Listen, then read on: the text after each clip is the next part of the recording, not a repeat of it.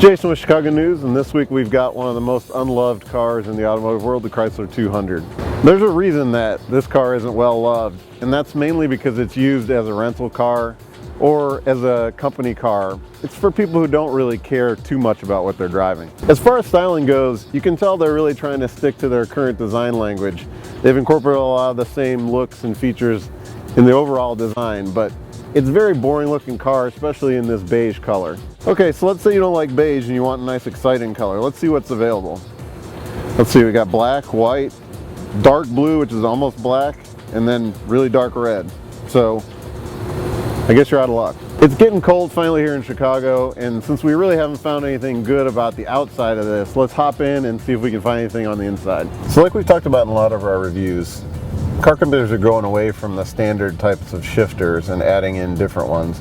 This one has a rotary selector, but it happens to be right on this panel that also has the radio controls and the heater controls. And the very first time I went to put it in reverse, I grabbed the fan speed and turned the fan control all the way down.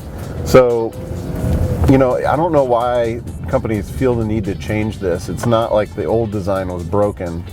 And if they are going to use this, that's fine, but it just needs to be separate from all of the other controls and more clearly marked so you don't make a mistake when you're trying to select a gear.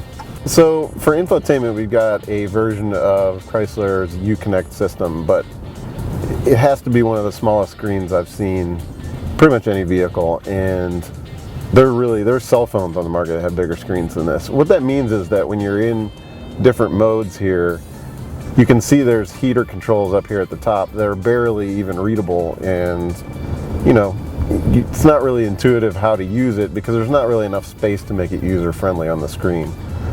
That, you've got a screen, but there's no backup camera. So as far as safety features, this particular test car is pretty much only passive safety features. What we mean by passive is seat belts and airbags. There's no lane departure warning, there's no collision detection, any of the active measures that are coming on more and more cars. Now there are more expensive packages that you can get with some of those features, but at this price point we would have liked to see at least a few active safety features. The only engine available on the Chrysler 200 is this 2.4 liter non-turbocharged 4-cylinder, and it's really kind of gutless. It's got a decent amount of torque being a 2.4 liter, but it just doesn't want to rev and accelerate, and it doesn't really have a good engine note, so it really leaves you kind of let down the whole experience. You really do miss the turbo that we're seeing in a lot more cars these days. This one is buzzier, a little bit more vibration. It doesn't have a refined feeling. Even though it gets good fuel mileage, it's just kind of a letdown from the driving experience. Although this 9-speed transmission, which is pretty impressive in this class of car, does do a good job of keeping the engine in the right power band.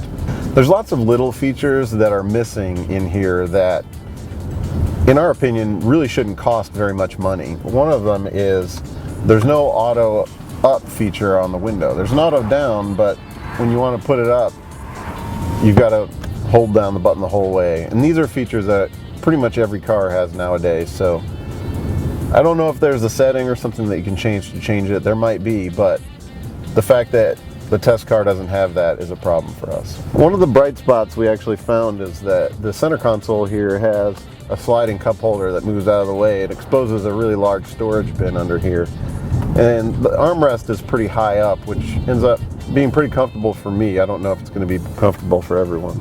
So Chrysler is Dodge's more luxury, bigger brother, if you will, and even though this Chrysler 200 is sort of an entry-level economy car, we would expect a little bit more luxury out of it. It's got quite a lot of road noise through the tires. It doesn't really give you that luxury feeling. One of the other benefits of this 9-speed transmission is really good highway mileage.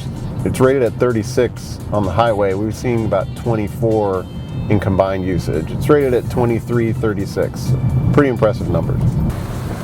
So what do we think about the 2016 Chrysler 200? Well, it doesn't really do enough to shed its rental car image. It does, however, have a pretty advanced 9-speed transmission and pretty good fuel economy.